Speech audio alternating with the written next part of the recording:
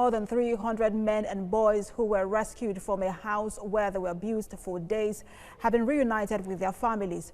But the legal team of the owners of the house say it is a rehabilitation center and that they're being taken away is a loss to the Kaduna state government, Nigeria and neighboring countries. They tell our correspondent, Tesem Akende, that a 19-year-old center has been a solution center for many, including governors. Rigasa community, predominantly Muslim, is where the terminal from which trains leave Kaduna for Abuja is. It's also where this building, now called the House of Torture, is situated. On Thursday, police discovered more than 300 boys and men here, many of them in chains, some with whip marks, and many more starved. I returned days later to see it under lock and key, with police on guard. There are other visitors and residents are ready to share their thoughts with me. They want the government to tread carefully and consult widely about the institution, whose founders say is a transformation center. The President Muhammadu Buhari-led government has described as abuse of rights to adults and children activities that until last Thursday held at this hub.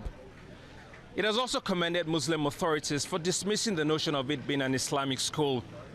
But residents of this community and others who claim to have had their children here say the presidency has been misinformed.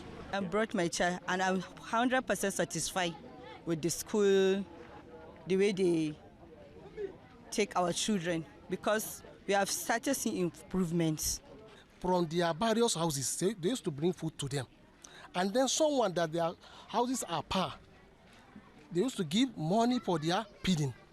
They are feeding the children 3 times daily, unless Monday and Thursday they are doing passing. The inmates were initially moved to the Ranchers Bay Stadium within Kaduna City, but were later moved to the Hajj camp at Mando along the airport road. I make my way to the camp to see their present state.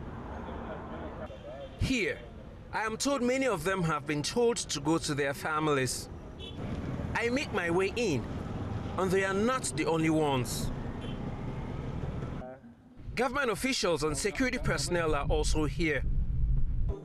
As I probe more, they are quick to counter the version of the story I was told at the center. They tell me it's liberating leaving Rigasa. They are lying.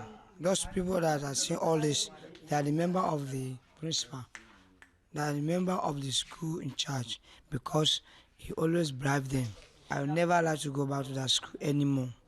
I'm over happiness, sir. Officials of the Kaduna state government say releasing them comes with taking their details. They are also talking with the Nigeria Immigration Service for documentation of the foreign nationals before releasing them. The remaining have been reunited with their families. They have been coming for them since yesterday, Saturday. So, and once they come, we take the proper documentation and then we allow the children to go. I happen to be But the legal team of the supposed rehabilitation center says the Kaduna state government has not done well. It says the center has been a molder of society and should rather be commended. This lawyer tells me it was started in 2000 and is duly registered. He says they will cooperate with security personnel on investigation. But they note that they will also give the center every cover to prove the intentions up here. The school is registered. The conventional practice here in Kaduna for registering Islamic school is to register with Bureau for Religious Affairs. This school has been very, very helpful to Kaduna state government. So much so that their effort was appreciated by the director of SSS then, who gave them a bike. The bike is still there. They have never at any time advertised for purpose of admission. Parents willingly go there with their wards. For now, students of the institution have been allowed to reintegrate with the society.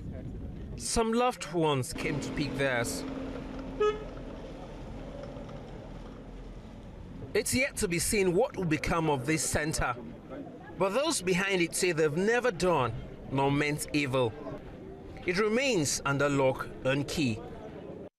Investigation into the matter set have commenced by the police, and those behind the supposed rehabilitation center are to be charged and prosecuted if found guilty. Tesem Akende TVC News, Kaduna.